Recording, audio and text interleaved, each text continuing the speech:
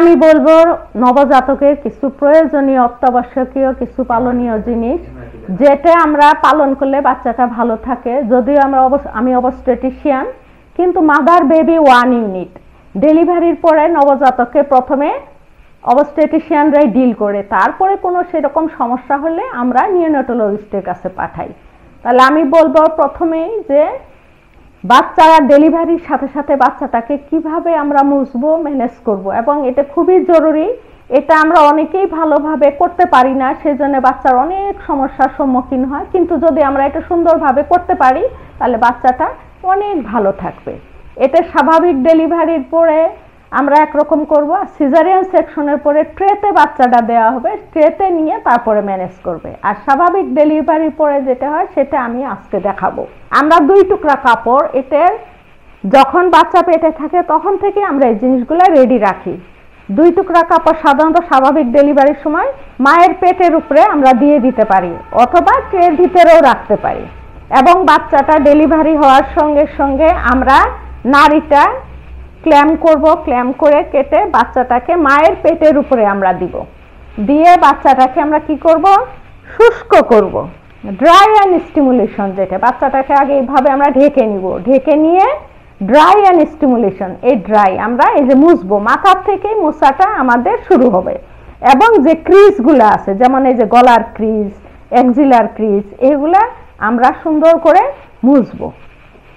এরকম বুকে, পায়ের, গ্রয়েনের ক্রিজগুলা মুছে তারপরে বাচ্চাটাকে আমরা এইভাবে নিব, নিয়ে এই কাপড় দিয়ে আমরা পিছনে সুন্দর করে মুছে, এই কাপড়টা ভেজা, এতে আমরা ডিসকার্ড করব, রেখে দেব।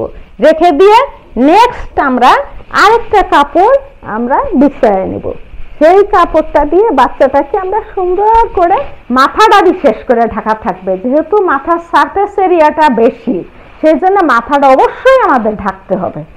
এবং আমরা এখানে কিছু জিনিস খেয়াল করব। অনেক সময় দেখা যায় যে বাচ্চার গায়ে সাদা সাদা মাখনের মতো বাচ্চার স্কিনে লাগানো থাকে, আমরা যেন ভুলেও সেই জিনিসটা ঘষে মুছে না ফেলি। কারণ এটার 2টা ফাংশন, 2টা কাজ আছে। প্রথম কাজ হলো এটা বাচ্চার টেম্পারেচার মেনটেন করে, দ্বিতীয় কাজ হলো এটা বাচ্চাকে ইনফেকশন থেকে প্রিভেনশন করে। তাহলে আমরা এটা ভুলেও এই কাজটা করব না। তাহলে বাচ্চাটা আমরা এইভাবে ঢাকবো, মুখ এবং বুক বাচ্চাটার খোলা থাকবে। আমরা কি দেখব, বাচ্চার রং দেখব, শ্বাস দেখব, হার্টবিটটা দেখব। দেখে যত তাড়াতাড়ি সম্ভব আধা ঘন্টার মধ্যে, যেন আধা ঘন্টা দেরি না হয়, বাচ্চাটা মায়ের বুকে আমরা দিয়ে দেবো এবং মায়ের স্কিন কন্ট্যাক্টে আমরা দিয়ে দেবো, দিয়ে বাচ্চাকে বুকের দুধে লাগায় দিব।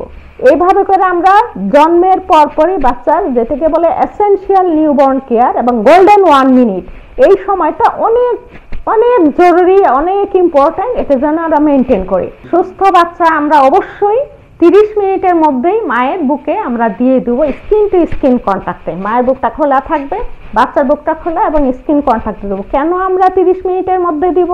কারণ প্রথম 30 মিনিট বাচ্চাটা খুব অ্যাক্টিভ থাকে, সে হাত পা নাড়ে, সে খাইতে চায়, তখন তার রিফ্লেক্সটা খুব ভালো থাকে। সেই জন্য আমরা প্রথম 30 মিনিটের ভিতরেই বাচ্চাটাকে মায়ের বুকে দুধে লাগাই দেবো। কারণ এরপরে আমরা যদি দেই তাহলে বাচ্চাটা নেশায় যায়, ওইভাবে বাচ্চাটা খেতে চায় না। সেই জন্য প্রথম 30 মিনিট এত গুরুত্বপূর্ণ, যদি বাচ্চাটা সুস্থ থাকে।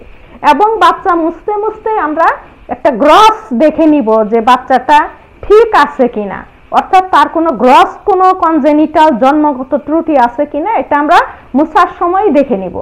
দেখে নিলে তাহলে সুবিধা। এবং তারপরে বাচ্চাটাকে সঙ্গে সঙ্গে মায়ের বুকের দুধে আমরা লাগায় দিব। এটা হলো আমাদের এসেনশিয়াল নিউবর্ন কেয়ার। এটা প্রত্যেক বাচ্চা সুস্থ হোক অসুস্থ হোক, যেটাই হোক, বাচ্চাকে এই জিনিসটা করতেই হবে। এটা করার পরে তারপরে আমরা অন্য স্টেপে যাব প্রয়োজন অনুযায়ী।